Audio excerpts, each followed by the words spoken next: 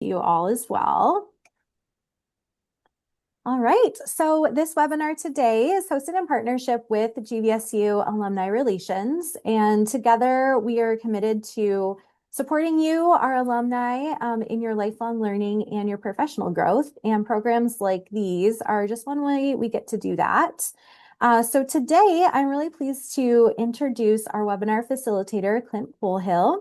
Clint is a proud Grand Valley grad, and he is the founder of Pathwyz, where he helps professionals gain clarity, build confidence, and move purposefully toward their career goals. Clint has over 20 years of experience across multiple industries and a background spanning engineering to executive leadership. So very fortunate to have him share his expertise with us today. Before I turn it over to Clint, just a couple Zoom rules. We are recording this, like I mentioned, and we'll share this all with you in an email later today. If you do need to conduct any business outside of the meeting, please make sure to mute and turn off your camera. And we will have some time at the end for questions. Oh, I was going to sneeze. Oh, it's going away. So if you do have questions, please feel free to put those in the chat and I will keep an eye on those. And then we'll have some time at the end if you'd rather unmute and ask your question that way as well. So I think that's all for me. Clint, I will hand it over to you. Excellent. Thank you, Danny. Good afternoon. Appreciate everybody taking time out of your guys' busy schedules to join. Kind of as Danny highlighted, the topic of transitioning careers and industries, going into a new role is near and dear to my heart, and excited to talk about it today as we go through. So as you start looking at your career and where you want to go, I had a really fascinating conversation with my oldest daughter a couple weeks ago. She's 17 years old. She's studying for the SAT. She's trying to figure out what classes to take next year, what degree to go into. And her comment to me was, "It's really important, Dad. It's the job that I'm going to have for the rest of my life." And I kind of sat back and I looked at it and I said, it's not. Yes, it's an important step. It's the foundation of where you're going to go. But it's not defining where you're at or where your career is going to take you. And once you start in an industry, it doesn't mean that's the only place you're going to be. Or once you start with a degree, it's the only degree you're going to have. And as we got talking about it, she kind of highlighted the road that I have had, where I started off in automotive as an engineer, and I went and I did bowling for Brunswick. I was a product manager. I've done aerospace, and now I'm very fortunate that I get to lead an engineering team, vice president of engineering at AirLife. I have over 150 engineers for one of the world's largest anesthesia and respiratory medical device manufacturers. And it's funny where your career takes you and how turns and unexpected things develop along the way. And what I would like everybody to think about as we go through this, because obviously it's a 45-minute conversation. We could spend hours, if not days, individually talking about this. So my ask for you is come in with an open mind. Think through you specifically. How does this impact you? Because your path is different than everybody else's. Your interests today are different than when they were, 5 years ago, 10 years ago, when you started an industry or when you made a decision to take a job, or even where you're at today with family and friends and health. So do go through it with an open mind. This is intended to spark some of those thoughts. Obviously, at the end, as Danny said, there's times for questions, but do come in with an open mind and think specifically, how does this help you in your next step in your path in your career? So some of the agenda items that we're going to cover today, why does that transition feel so hard? Again, why do people feel like they've locked themselves into a career or an industry, and how do you kind of move forward with that? How do you transfer your skills? How do you test that new path to really make sure where you're going is what you want to do, you're really good at and experience? And then from the hiring manager side, what are they looking for, right? As somebody that's in industry, I'll give examples of what I'm looking for when somebody applies to a role within my organization that maybe is outside of what their background is. And then developing your transition story, right? Why do you want to make the jump? Why is it important to you? And building off of that with your strengths and your background. And then some next steps to take away. Again, looking at it of this is a journey. It's not an instant overnight change. It takes some time. It takes some work. And so gives that some thought as we go through it. And kind of the goal is when you make your move, make sure that it's intentional. You don't want to make it overwhelming. Do it at your pace.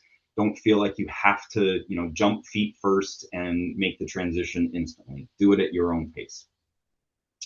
All right. So as we talk about why it's so hard, and again, kind of that background of my daughter looking at school, and I know I went through it too, of I'm going to go and become an engineer and I'm always going to do plastics. And when I took my first job in automotive, it's kind of what I thought I was always going to do. And it's not true, right? You build up skills, you build up strengths, and you realize where you're a good fit. Where's that role that's capable of partaking and leading other organizations or departments, or even just your own projects and responsibilities. So, get that out of the mindset that maybe you don't have the background, you don't have the degree. That's okay. You've still got evidence as you've gone through that are showcasing what you've done in the past and where you can go. Just because you're going to go start in a new industry, it doesn't mean that you're going to lose ground, right? You're building upon that foundation of where you've been, what you've learned, what you've experienced. We all go through our careers and learning, right? And how do you grow? How do you apply that next step? Sometimes you got to go with a lateral move. And in most instances, if you do a lateral move, it works out in the end. You may go and do a lateral transition because you're going to get experiences that you wouldn't have had before, or you might be able to go work with a new department or a new manager that will teach you or give you guidance or help build up a strength and introduce you to new opportunities. You kind of never know where that's going to take you, so go into it with an open mind. Change the mindset of, can I make the change, to more of, what evidence do I have that shows I'm going to be really good at this change? And what small steps can I have to actually make sure that I'm on the right path and it's going to work for me? An important part of that transition is your skills, right? As a hiring manager within my team, our philosophy is, especially if we're going to look for somebody to come and join us that doesn't have, in my example today, medical device background, right? It's a niche product. Niche market. When you talk about anesthesia and respiratory products, there's not a lot of people. Even if you go and do an engineering degree in biomedical, you're not necessarily going to get the exposure to the types of products that my team work with every day. What we're looking for are people, right? Give us the people that have those strengths, the passion, the interest that we can build the skills into, right? Give me somebody that fits my culture and my team and the organization. We can teach injection molding. We can teach how to do product design and how to do testing, or the technical terms that come with it.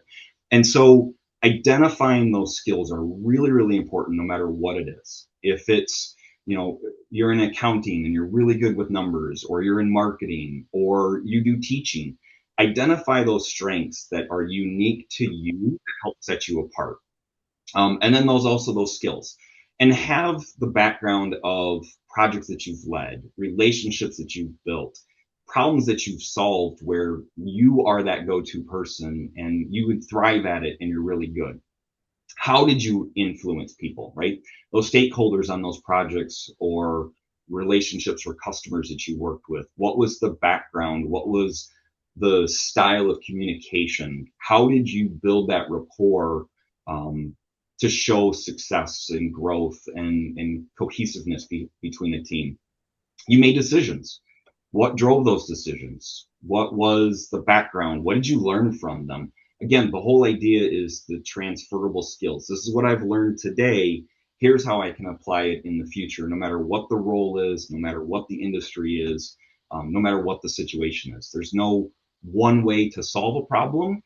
Kind of use your tools and your experiences to solve the problem at hand.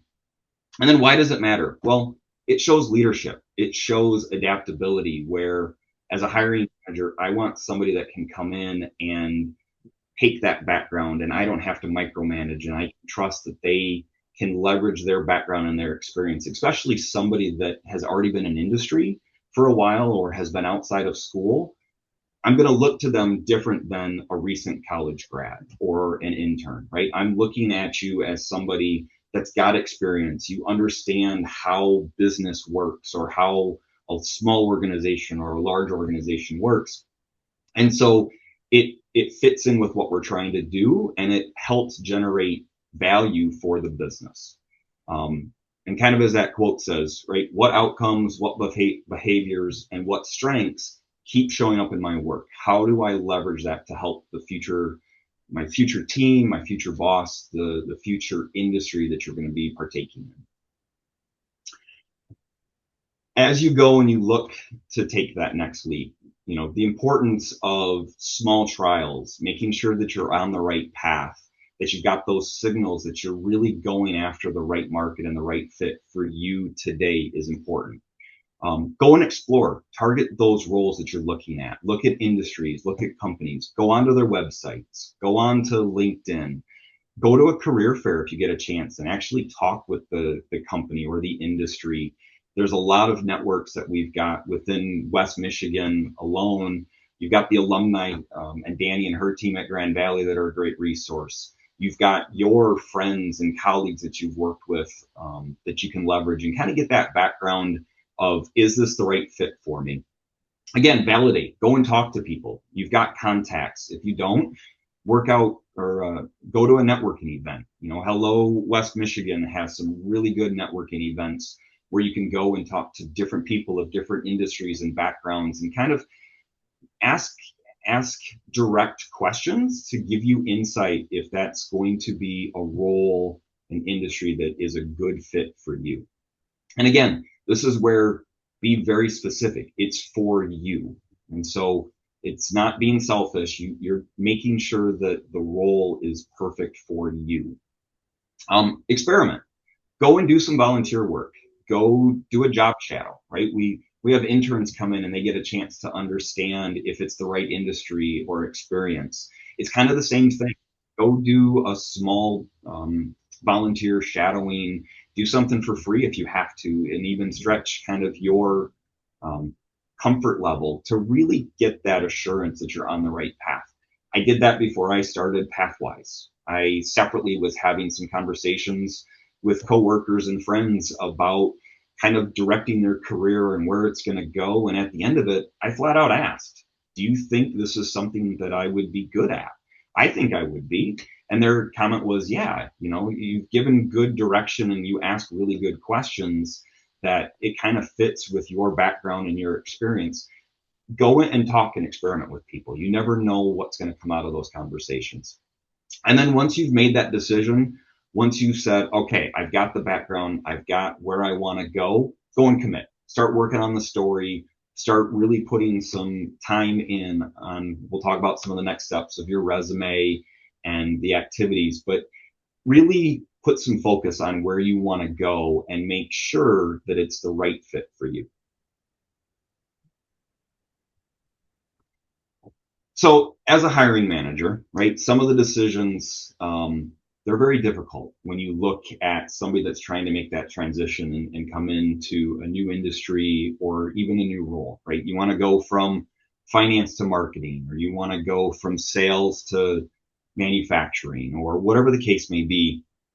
From a hiring manager's perspective, one, obviously the first hurdle that you've got is finding an organization and a hiring manager that's okay with you not having a specific background or a specific experience.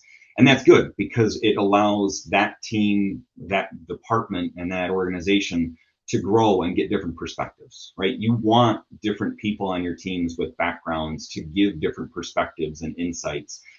You don't want a group of lemmings that are always doing the same thing with the same mindset. You're not going to grow and challenge the status quo. But as a hiring manager, I'm kind of sticking my neck out a little bit when I go and hire somebody from outside of my industry, right? The first question is going to be, well, how do they fit? What's their role? How do we know that they're going to be able to hit the ground running? And one of those ways is, How do you create that value quickly in that new context? How do you reassure the hiring manager you are the right person, you're the right fit with the right background for what they're trying to do? And so that's where you go in with confidence. And right, there's that fine line, that balance of confidence versus arrogance. And in this case, I do want you to be really confident. This is what I know I'm good at. This is where I've thrived before. Here's examples of why I know this move, this transition for me is right. And have that clear reason and be able to communicate it, because it does build that confidence for the hiring manager and the hiring company to say, yes, they've got the background, they've got the key needs that we're looking for within the role, that we have confidence they're going to come in and create value, from day one. Have evidence that those skills are going to transfer. Again, those really good examples of what you've done and what you've experienced and how they're going to help leverage that company, that department, continue to move their goals forward as they focus on the future. Have relevant wins and measurable outcomes, right? It's all great. I worked on a project. Well, how long was that project? What was your exact input? What were some of the savings? If you're talking with, an organization that is big on cost savings, have actual numbers, have some idea of what the contribution was. Maybe it's a process change that you made and it actually saved hours of time doing something, or eliminated, 10 errors that would consistently show up in a process or a procedure.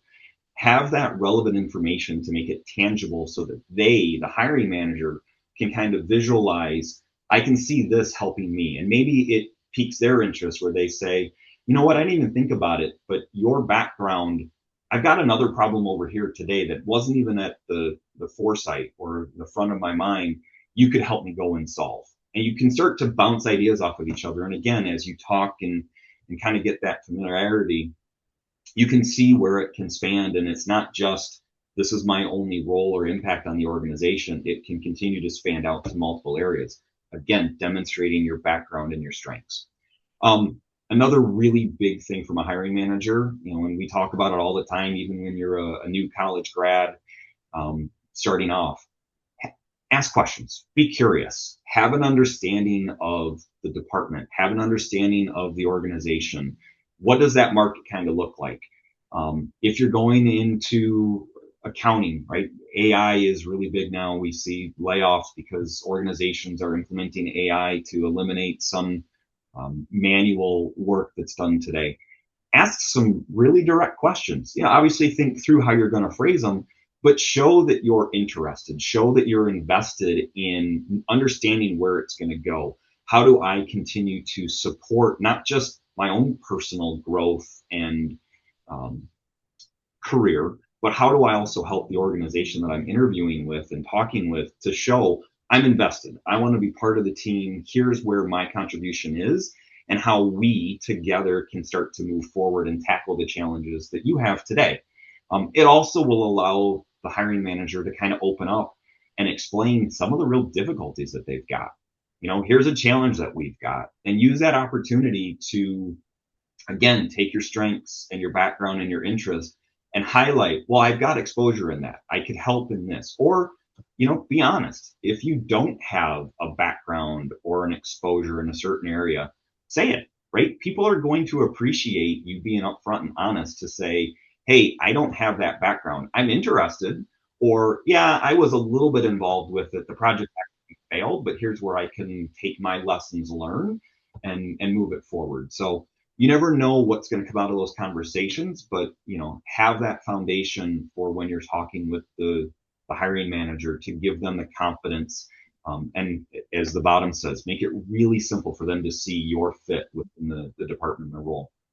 As a hiring manager, right, some of those concerns that come up, vague career story. Well, I did this for 6 months and then I did this for 6 months. Why? What did you learn? Right? Give some of that foundation, that background. Don't just, well, here's my timeline of what I did and what I was exposed to.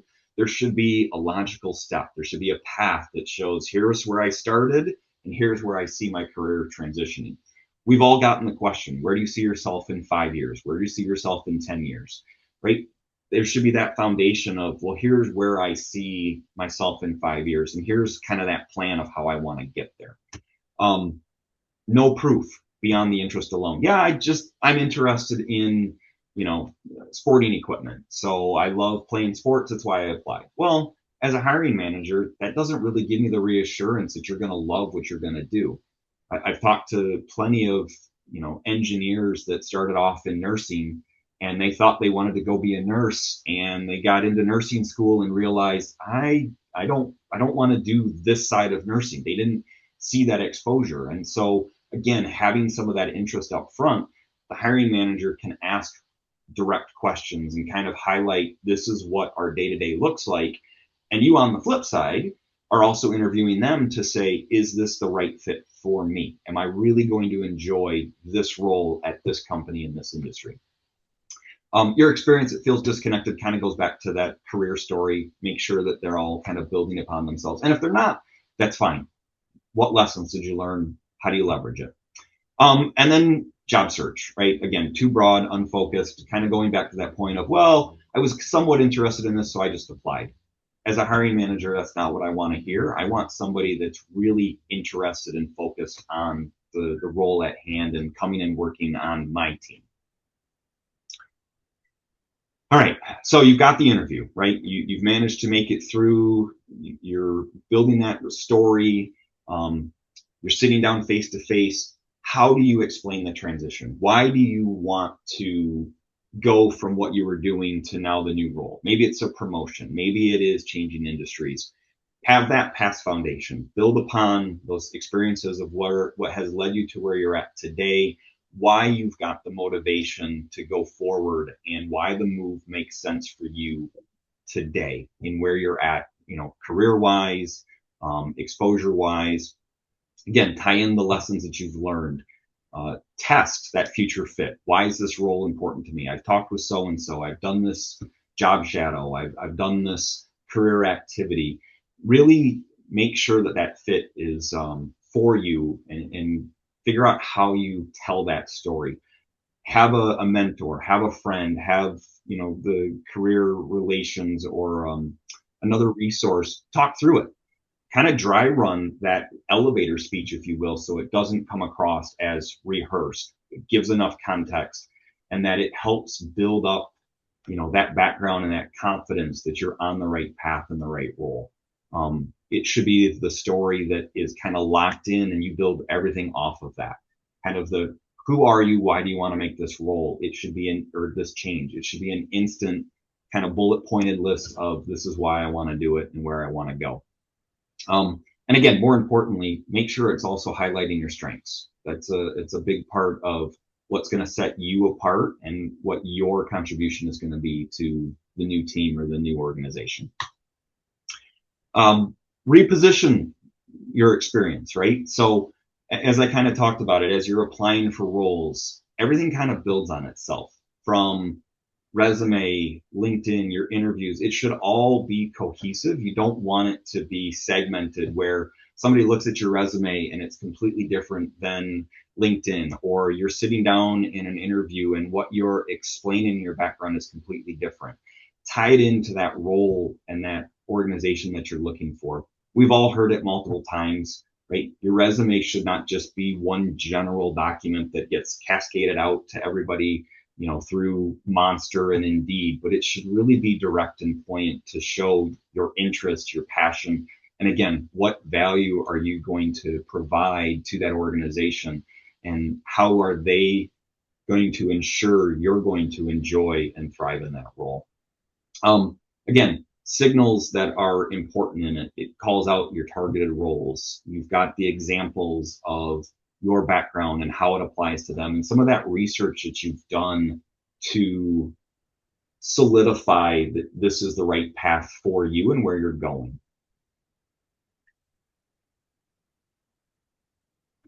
So a lot of information, right? Think through the activities of what's important to you. What transitions do you want to make? It's a proposal of break it down over a 4-week time period. You can do it faster, you can do it slower based on life and what you're trying to do for maybe how extreme or direct you're trying to be in your transition.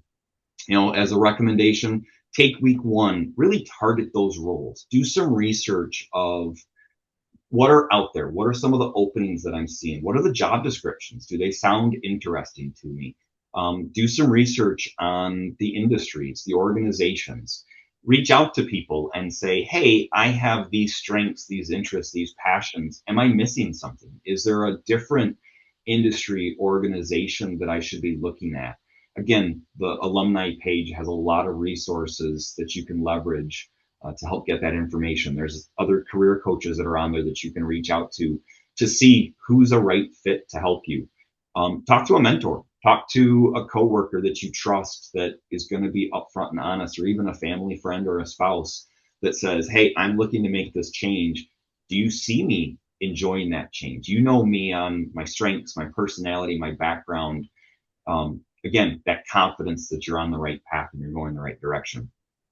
Do the research, reach out, do some networking, validate that that's where you want to go and where you want to be. Make sure that the industry is going in a path that you support and you agree with. Last thing you want to do is start to make a change and you realize you didn't do enough research and the regulations are changing and now they're going to have to pivot and change what their focus is or how they operate. Again, have some of that upfront knowledge to the best of your ability, or be prepared with questions so that you can make sure it's the right fit for you. Run those small experiments. Capture, proof of concept and points that, yep, this is something that I like, and reflect on it. Go get a couple books and read through them, and really do ask yourself consistently along the way, is this what I want to do? Is this reaffirming what I'm good at and what I enjoy? Don't do it because, oh, the money sounds better over here or the grass is greener. It doesn't change, your happiness or your comfort level if that's the driving force. Really make sure that it fits you, your interests, and what you're good at. Build off of it, right? As you get ready to go to the final step of sending the resume out and having those interviews, really refine that story and focus on it. And make sure you're consistently asking, am I going down the right path? Every week, reflect on it. What did I do last week? Does that make sense? All right, what's my target for this next week? And kind of lay out a strategic plan of where you're going to go and steps of how you're going to get there. Lot of information. Like I said, we could spend hours on the topic. What I want to leave with the conversation is, what is the right fit for you? Why do you want to make the career change? What strengths, what skills do you have that you can leverage that's going to help an organization, help a department for you to go and join them? Remember that your skills are transferable, right? They're the most important part of your background, your history. Not your job title. It's not how many people you managed or the total dollars that you saved, but it really is those skills and those strengths that you can take from one previous role and bring them over to another. Do the early fits. Do the testing to make sure that it's going to be the right department, right organization for you. Because the last thing you want to do is make a transition and go, oh, this isn't the right move, and you got to start all over. And it's fine, right? There's going to be times where that happens. It happens. It's perfectly fine. Be sure that you're asking those questions. If it does come about that you maybe made a jump too soon and you didn't ask some of the right questions, learn from it. Use that as leverage for the next role and ask better questions and be a little bit more thoughtful in the next transition and the next jump that you make. Again, hiring managers want that clear, credible pace. Put yourself in the hiring manager's seat. What do I need to do to convince them that it's right?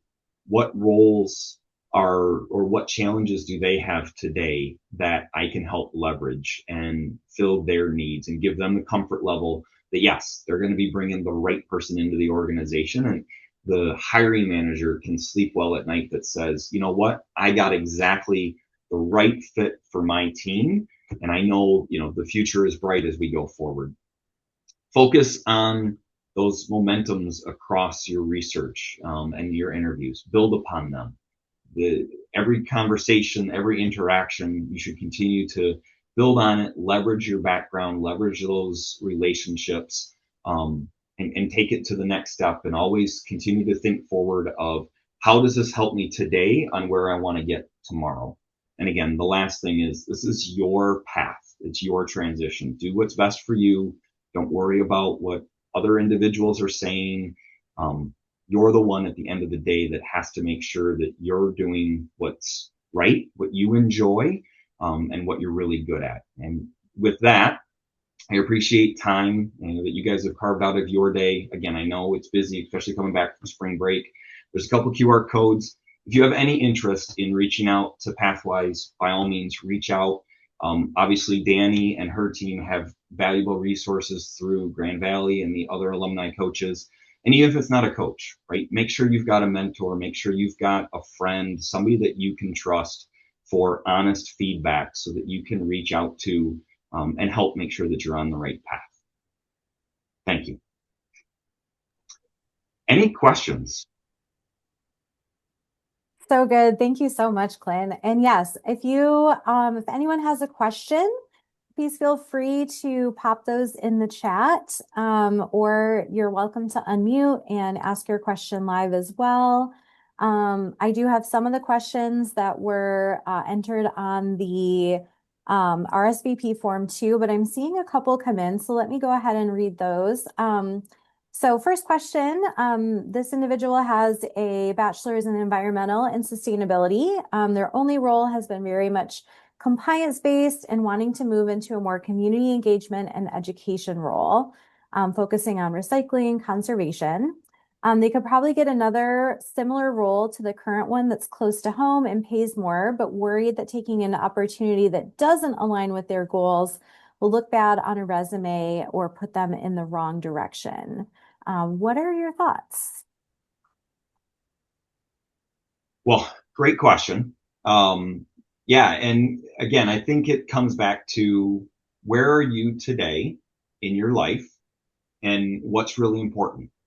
If the teaching, the mentoring, the sustainability is important, and as somebody that is involved with, medical devices, constantly looking at the impact on the environment, especially for stuff that we use, which is disposable, it's definitely needed, right? We look around at recycling and everybody wants to have as little impact on the environment, especially for future generations. So what I would ask is, what really drives you, right? When you are at work today or at home, where do you find yourself leaning towards? Is it teaching? Is it mentoring? Do you find the passion more on the sustainability side? And that's really what gets your, I'll call it juices flowing, where maybe that's where you're most creative and really finding your niche spot. If that's the case, then by all means, look at it, see what opportunities are out there.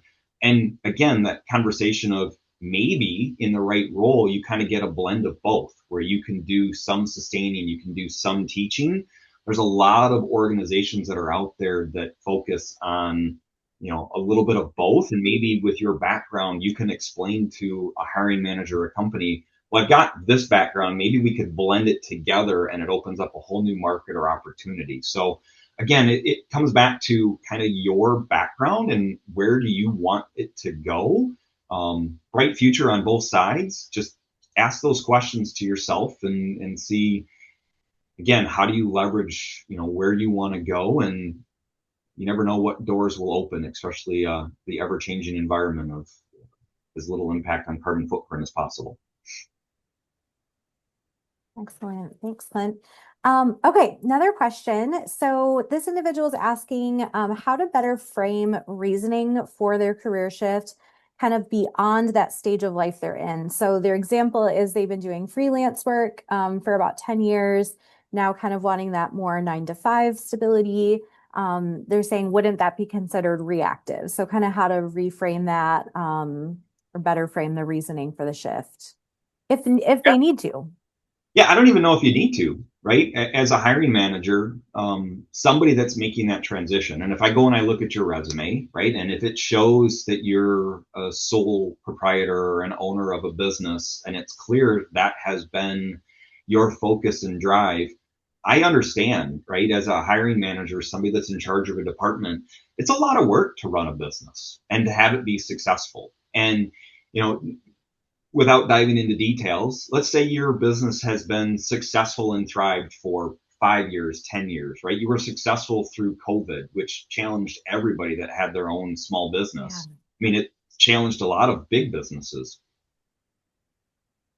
As a hiring manager, I understand that. That shows me the drive, the dedication. You've got the ability to find success and meet timelines.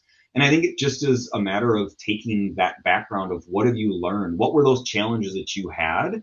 And the department that you're going to go work for or you're applying to, how does it transfer? You know, if they are, and this is where it's helpful, ask your questions during the interview. If they're an organization that is on a time base, right? They get let's just say that, and I don't know enough about marketing and that side of it, but let's just say that their typical turnaround time is 2 days from concept to finished material. And maybe your background is you're used to those thriving environments, or that's where you really thrive. You're best at those time crunch situations. Maybe that's when you're the most creative. That'd be the time to highlight it and say, look, yes, I want to make the transition. It's been a lot to own it on my own. I like that stability. It's okay. We all have changing family dynamics. They also understand, and when you're upfront, that says, I have, again, you don't have to go into all of the details of your personal life, but if you say, look, I have an elderly parent that I have to take care of, people are going to respect that. And if an organization is like, tough, I don't care, you don't want to work there anyways, right? You want to work for somebody that's going to be understanding and say, yeah, I completely get it. That's noble that you want to be there and help an aging parent or whatever the case may be, or just, you know what, maybe you're burned out. We all get there at some point, and so you need that change. I think it is a matter of figuring out how do you frame it, and again, work through I'll call it the elevator pitch of why you're making that transition. Make it heartfelt, make it honest, because again, you want that right role. You don't want to lie to them and then have them come back later on and say, well, I thought something else, and now you guys are both at a conflict where it doesn't align with either one of your guys' needs. Yeah, that's really good. A few more questions are coming through. So, so this next question is more about getting their application or their resume in front of a hiring manager without getting rejected, kind of at the onset. Like it sounds like this person's like wanting to share the vision, their relevant experience, but maybe having a hard time getting through that initial kind of glance, if you will. Yep. Yep. Uh, oh, especially now with AI scanning resumes for Yep. keywords and thoughts, right? So my recommendation, and I love it from my side. I've got an example. I have an individual that reached out to me directly through LinkedIn, right? Did some research, saw my role, and reached out directly and asked questions of my background and how I got into the role that I was in. And there's two different approaches, right? So one, she kind of left out that she was looking for a full-time role and put more questions to understand what AirLife does. What was my role? How did I go from the background that I had into what I'm doing today? And it was a very thoughtful, personal email. And I instantly wanted to respond because it came across not as salesy, not as pushy, not as a demand. And I responded. And I've seen the other side where you get an email and it's like, here's my resume. I would love to come and work for you. I've got a lot of strengths. I ignore those, to be very frank. Like, I want somebody that's personable. I want somebody that I can relate with, that again does some of that homework and shows their interest and their passion, because that's the type of team member that I want on my team. So I would recommend reach out, go to the hiring manager and think through how you're going to communicate with them. Reach out on a personal basis. It's cold calling, but not sales calling, right? It's building a relationship. It's building that trust to say, it's a two-way street. Yes, I'm looking for a job. I'm looking for the next role. You're kind of that gatekeeper, but I'm not coming at it directly as it's only a one-way street. Like, this is a mutual agreement between both of us. How do I help you? How do you help me? And think through it that way. And again, LinkedIn is a great resource. Go to the website. You'd be surprised how many contact information you can get there. Obviously, still go through the typical HR process, because as a hiring manager, especially at a larger organization, any resume that comes in that I'm interested in, I'm going to send it through HR anyways. It's got to go through my application process. And so they'll both pass, and you may draw some interest that way, but do make it personable and not salesy. Awesome. Thanks. Any resources? So podcasts, books, blogs that you would recommend if someone's looking to kind of continue learning about career changes? What kind of comes up for you? What do you recommend? Oh, well, for those that know me, I'm a huge Simon Sinek fan, right? So read the books, start with why, start there. You want to look at a career change. His definition of why, how to build off of it is fantastic. If you don't enjoy books, I'm a book person. I have hardcover books all over. I highlight them and reference them. There's a lot of great TED Talks and videos. We've all seen it, right? You go through and you start scrolling through videos, and next thing you know, you're in the loop of just constant presentations and TED Talks. Find a couple people that resonate with you, right? Some people, their tone, their wording, maybe just the environment that they're in is not for you. You're turned off by it. Go find somebody else, right? Find somebody that is gonna hit the interest and the points that you're interested in, and dive into it. And you'll be amazed as you start going through some of those speakers, some of those writers and authors, they'll reference other people and other books. So Simon Sinek is one of them. There's another one that I love. And again, I've got books all over. The Personal MBA, and it's tough to see now with everything muted, but The Personal MBA, it's by Josh Kaufman. It's a fantastic book. It gives you summaries of MBAs, but from there, he has a list of probably 100 different books and authors that he used to help compile this. And from there, you can kind of spider web out when you find something of interest. So those would be my starting go-to points. And then the last one, a cheap plug for the Grand Valley Career Site. Go talk to Danny, reach out to her, reach out to the other coaches that are on the site. There's a lot of valuable resources that are interested in helping and having even these one-on-one conversations.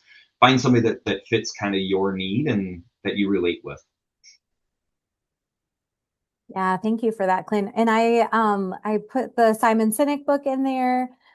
There's also a website I added to the chat around changing your career. There's some book recommendations on that page as well. And then definitely check out the Work Like a Laker podcast. I know we have at least one episode on Designing Your Life, which is another great book that kind of walks you through just, how to define what you're interested in and making some plans and figuring out where you want to go. We also just had an episode recently around changing industries. So I will find that on our Work Like a Laker podcast there. But there's so many good resources. We have over 100 episodes now on all different types of career topics. And so, maybe there's an industry that you're wanting to learn about. That's a great, we might have a podcast on that. That would be a great way to do some career exploration that would only take about 20 to 30 minutes. So definitely check out those episodes. Awesome. So we got a couple more questions and we have a little bit more time.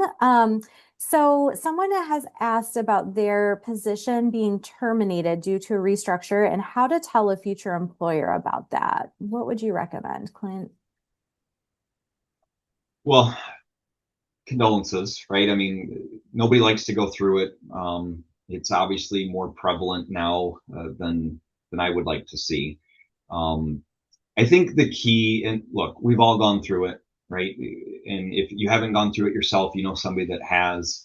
I think the first part is obviously never say anything bad about the employer that you were at, right? No matter what it was, if it was not the right fit for you, if it was because they downsized, if it's because they added AI, again, go in and leverage what have you learned from the organization? What did you learn? What were those strengths that you've gained? And how do you apply it going forward? Um, Go at it of a career change and pivot and excitement. Just because a door closes, a new one is going to open. And maybe it was unexpected. Maybe you were kind of thinking in the back of your mind, I'm ready for something different anyways. And maybe you just didn't have the confidence to go and start the change of looking for something new. Take this as that opportunity, that gentle nudge to say, I'm going to go find what's best for me. What's the right fit? And again, be upfront and honest. People are going to look at resumes. We all have references, that we can reach out to and say, hey, so and so reached out. Let me get some background on them. Everybody's going to talk about your strengths and experiences, and so build off of that. People want to hear, what did you learn from it? Go in with a positive attitude. Be thankful for the journey. And again, maybe you've got, let's say it happened 2 weeks ago. You've got spring. You've had the whole, springtime to enjoy, kind of decompress a little bit, reflect on where you're at and where you want to go, and build off of it that way, and take it as a positive that this is just the next step on your journey. Sure, it may have been a little bit of a detour, but we all come across them at some point. Use it as a strength, not as a negative. Awesome. Yeah, I love that reframing. And that's so much, I feel like, as a theme of what you've been sharing is how do we reframe some of the things, or the way we think about things, how we talk about things, and framing it in a positive way versus this, negative thing that happened. Right.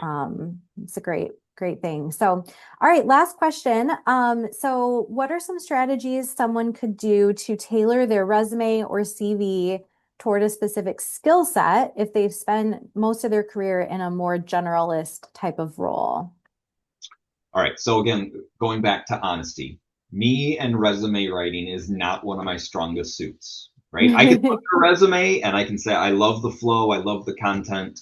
Um, Very direct. I am not the expert when it comes to resumes. I know Danny, if you have direct questions, has resources that can help with resume writing. From a hiring manager's perspective, what I want to see is, again, I want to see those strengths. I want to see, what are you going to bring to the table that sets you apart from everybody else? I want some of the details there so I can look at it and get the foundation of, yes, this person really did these activities, and I can leverage that in my role in my department. I don't want to see a vague resume, right? I want to see those strengths where you can take, I've done it for, I did it in this industry with this customer. Now I can do it with this one, and kind of direct it towards the job description, direct it Yep. towards the industry or even the products that company manufactures. Don't lie, don't make things up, because a hiring manager is going to be able to see through that the second they have an actual conversation with you. But do tailor it to that role and that background. And again, figure out your strengths and how they're going to help, that team, that role, that opening, and go from there. And then the formatting and the wording and the content, like I said, Danny and her team can give you a lot more direction than I can. Yeah, thank you.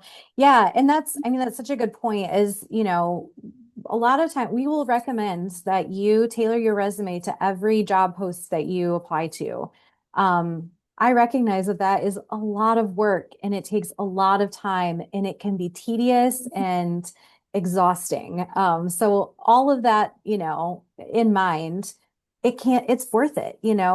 Job postings are specific and they're looking for specific, you know, strengths, skills, competencies. And so I know on the last, I would say too, our last alumni webinar back in March was all about crafting a winning resume. So that would also be a great resource to go back and watch the recording from that.